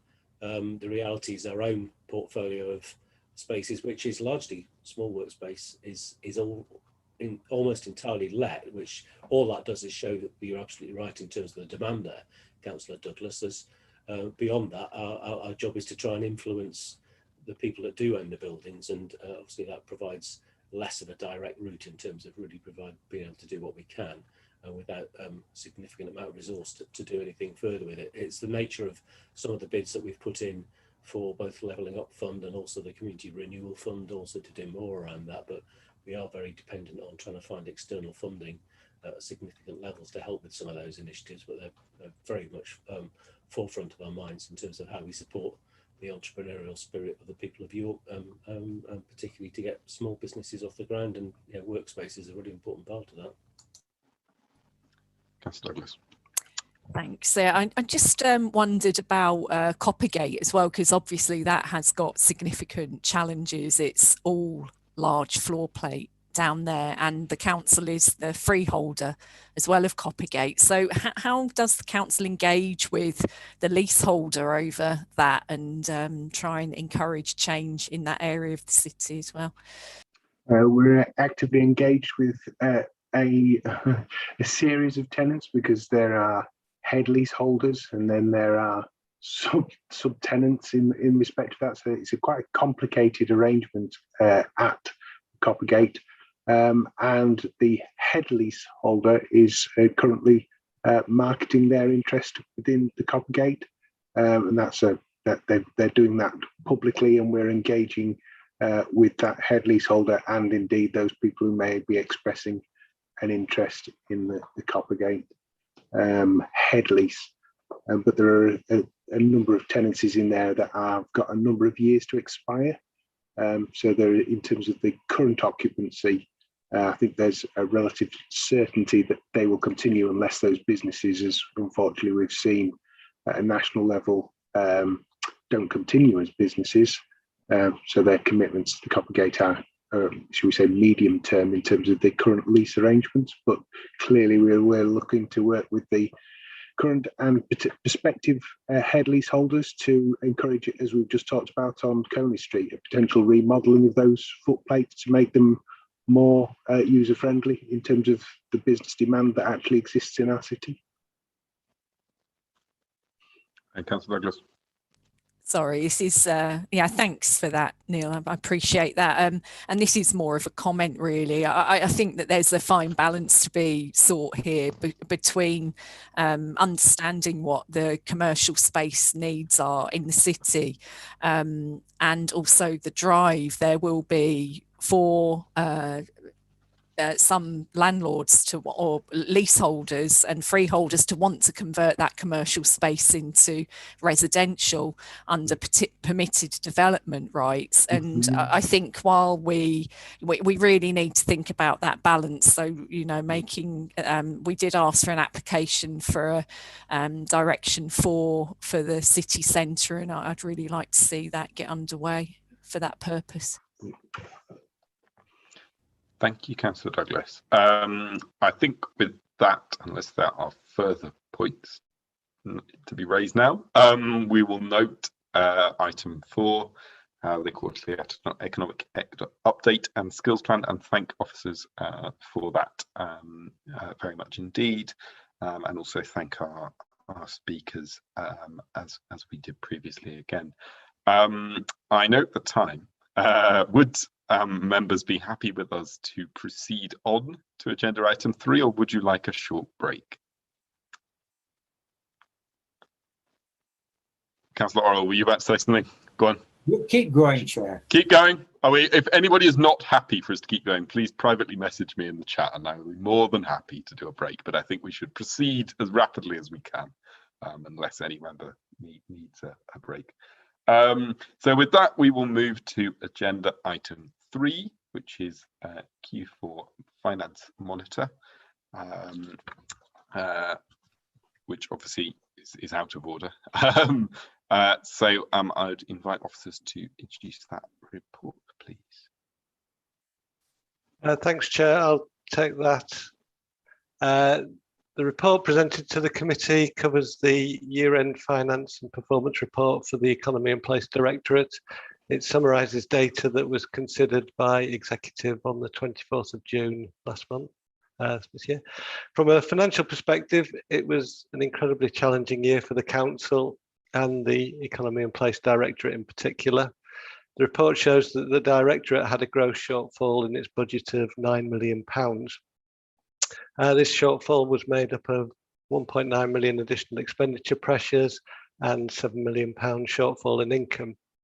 This overspend was funded from a combination of the general central government support grant to councils, as well as the government-funded income compensation scheme, whereby the government reimbursed councils for 75% of lost income in the year after the council funds the first 5% of any loss.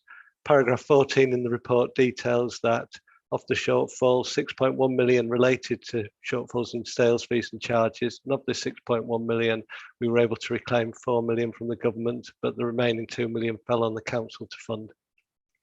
The main impact on income has been, understandably, on parking revenue, which was below budget by £4.5 million. That's about 50% of the budget. Planning and licensing income was £600,000 under.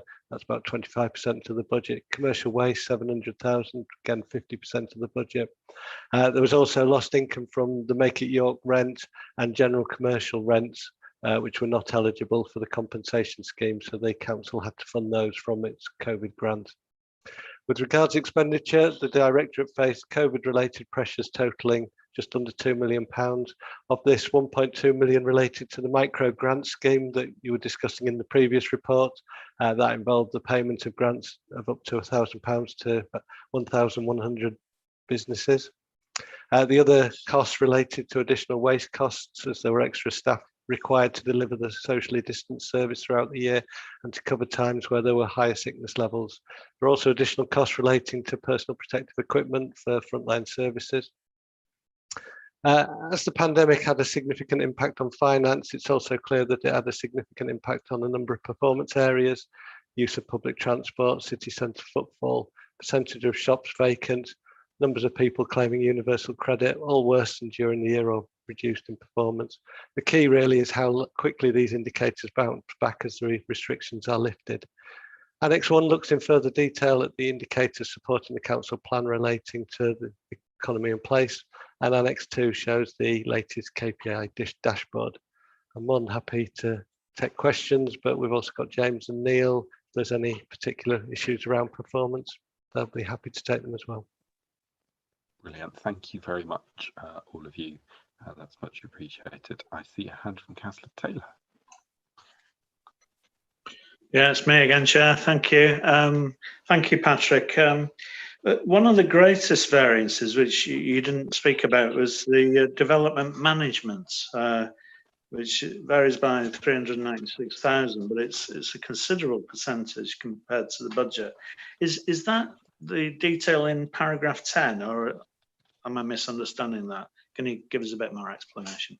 Yeah, again, it's primarily relating to the income shortfalls. Development management has an income budget of 1.6 million, and there was a £400,000 shortfall in that particular area. As you probably, a lot of the income from development management comes from the larger applications rather than householder, and I think it's fair to say that in the early time of the year, as the pandemic hit, workloads in development management were quite low, and income levels equally quite low. So I think we've now seen that certainly household applications are increasing significantly, but the shortfall in that area is solely income related. Okay, so it's something that's going to recover. I think all the other variances seem perfectly understandable under the circumstances. Thanks for the report. If I might, Councillor Norman, I'd just add to Councillor, the development management team is absolutely up to the eyeballs with domestic applications. Everybody in the city seems to be wanting to build an extension or a home office, so they're very busy, but unfortunately the revenues for that for us as a council are relatively low. That's small, yeah. Yeah, it's quite difficult to get a builder to do anything at the moment. Thank you, Councillor Douglas. Thanks. I think this might be a question for Simon. He's gone though, isn't he? I was just interested in the fact that whether there was any indication of vacancy rates in the city centre has gone up since the report was created, given that it's a monthly statistic. I don't know whether anybody knows that. I'm not aware of any significant changes in the figures, Councillor Douglas, but I wouldn't know the specifics. What I can report is, as a indicated, we have quite a large commercial portfolio ourselves in the city centre and across the city, and we're currently 100% let from an authority's perspective, and we have had vacancies during COVID and they've been relet very quickly and on a competitive basis. So there seems to be a lot of interest, as you talked about previously, in the types of units that we've got as an authority. It's the bigger units where we've got the real challenge, and it's that is, should we say, chronic and has been accelerated by the pandemic. Thank you. Are there any? Sorry, I'll just looking at the KPI machine as it stands at the moment. The Q1 figures for 21-22 has gone up to 9.67 from 8.9, so it has increased slightly from where we were at the end of last year, but I guess it's going to be related on when businesses can start trading again, and there were still restrictions in the first quarter of this year, wasn't there?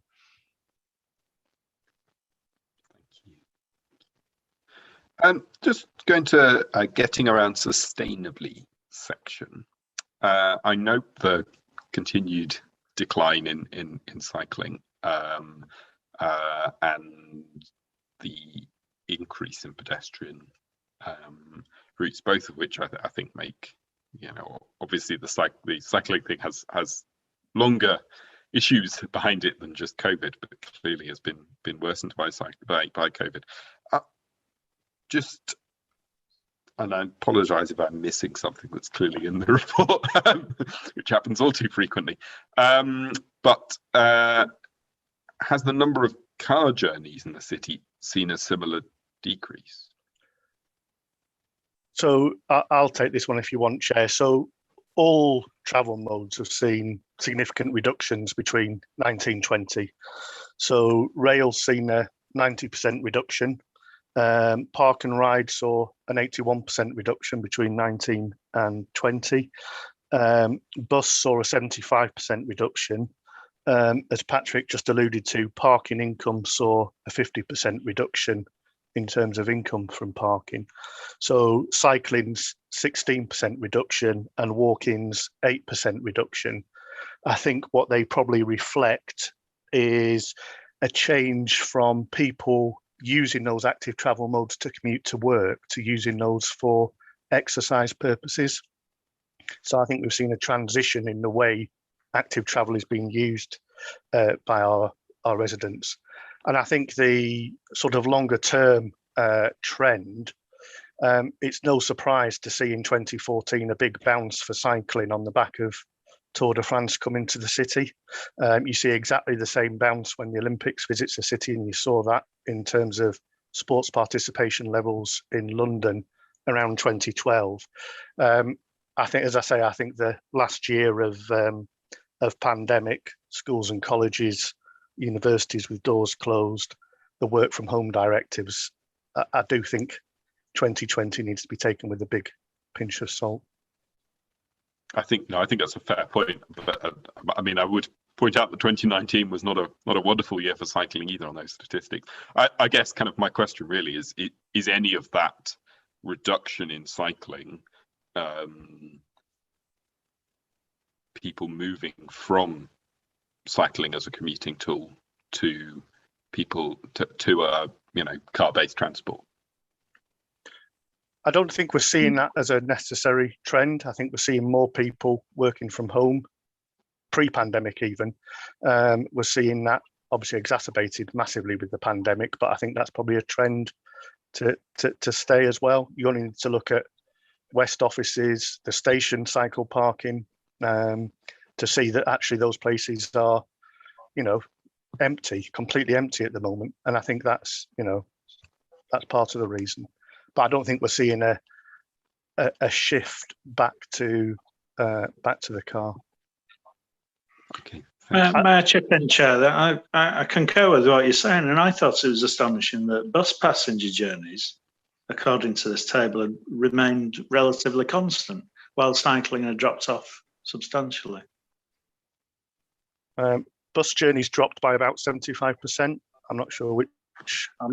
Sorry, I'm looking at the table on page 10, which says that bus passenger journeys in 2018-19 were 12 million, and in 1920 was 11.6 million. So that's a drop off of 400,000, which is quite a small percentage in context of 12 million. If I can share, that's 1920, so that's the previous year. So that's prior to the pandemic year, where so it will drop off massively in 2021. Park and Ride was 0.75 million compared to 4 million the previous year, and I think bus services was similar 70% reduction. But as you know, last year cars weren't as badly impacted as public transport, but then there was quite a concern about the use of public transport, and there was a sort of feeling that you'd rather be in your personal car. So one of the issues is how we do get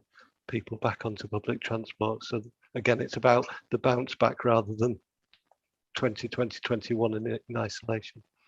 Yeah, and I've seen your hand, Councillor Douglas, come to you in a second, but just as well that table is why I raised that point, because the only section that's down there on as bad is cycling, and that's a pre-pandemic data point, isn't it? That cycling is the only mode of transport with significant decrease pre-pandemic as well as during. But we've sort of covered that anyway, so I'll come on to you, Councillor Douglas. Sorry, I was pressing the wrong button. I think I've done it now, haven't I? Yeah, I just, I suppose I just wanted to enforce the cycling aspect, because York is the perfect place for this, and I think we should have higher aspirations. And even if you look before the Tour de France coming to, and Tour de Yorkshire coming to York in 2013, we've lost significant cycle journeys since then, and I would hazard that it is because people don't feel safe enough to cycle, and there must be a plethora of reasons for that I really think we need to have a good think about, because it's tremendously environmentally sustainable for many people who can cycle, isn't it? Yeah, I just agree, Councillor Douglas, and no doubt we do need to get to the bottom of the plethora of reasons as to why people have determined that cycling's not now their preferred mode of transport, whereas clearly as it was, and the city was fit for purpose for that, clearly demonstrates that the local transport plan, and I think has been indicated by our officers yesterday in the cross-party member briefing, it's going to be as much about hearts and minds and behaviour change as it is about physical interventions. James? I was just going to say, if you look at Para 20 Watley, at 50%. You're cutting in and out, James.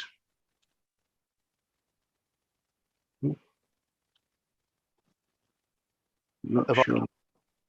There, you're back now. The 50. If you look at Para. No, he's gone. From what I'm hearing, James is wanting to draw attention to paragraph 21 on page 11, which includes the line that he's now cutting it out again. That the picture for York residents is a positive one, with a higher than average proportion engaging in both walking and cycling than regional and national averages, and there are percentages of the adults who walk or cycle 5 times a week within that. Was that all right, James? Sorry, you were not. We were not. I was not able to understand.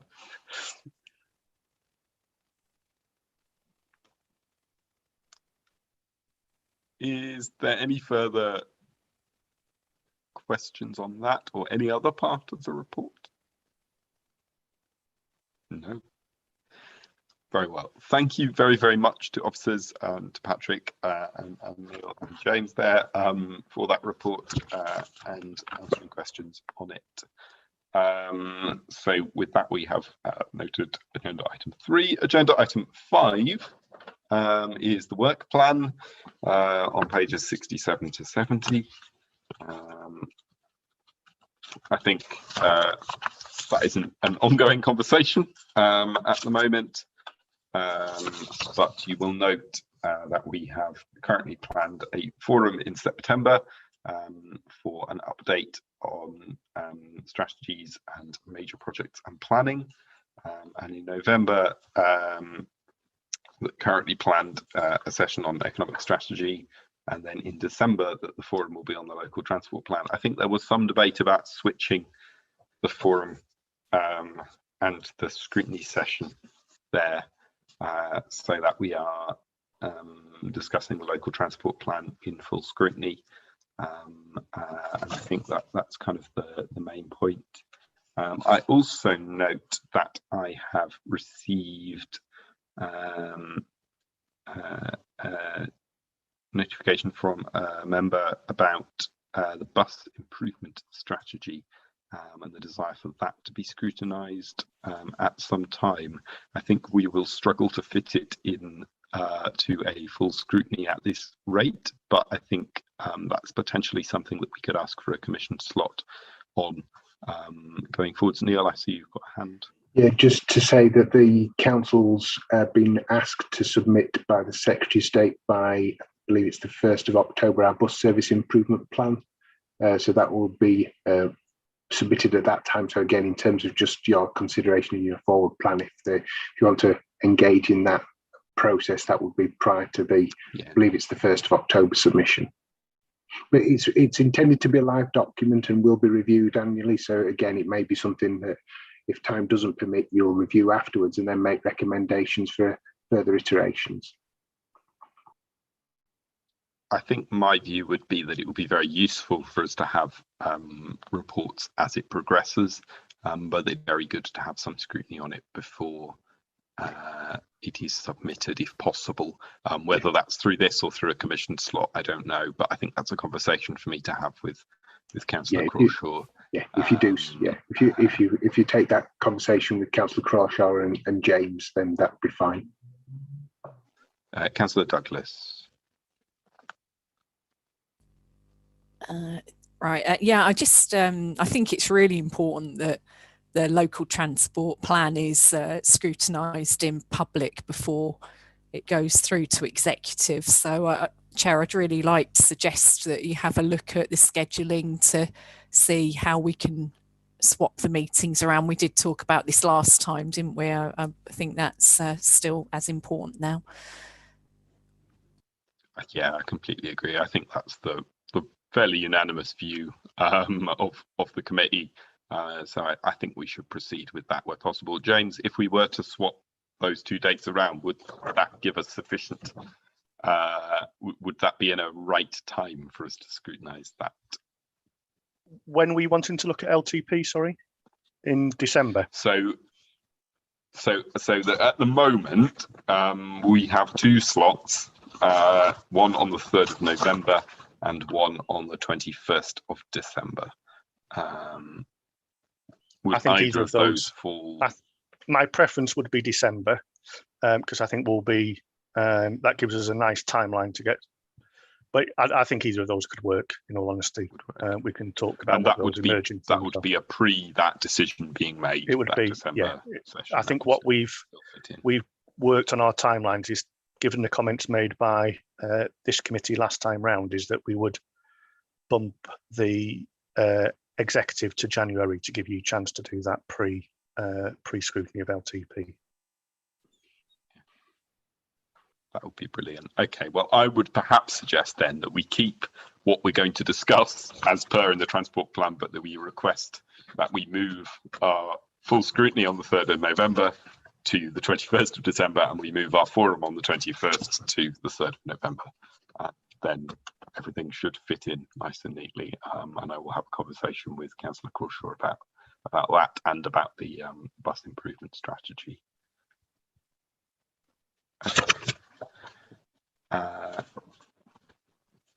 With all of that considered, I don't think there is any urgent business, so I think we can call the meeting closed, and thank you very, very much to officers for your time and members for your time, and yes, much appreciated.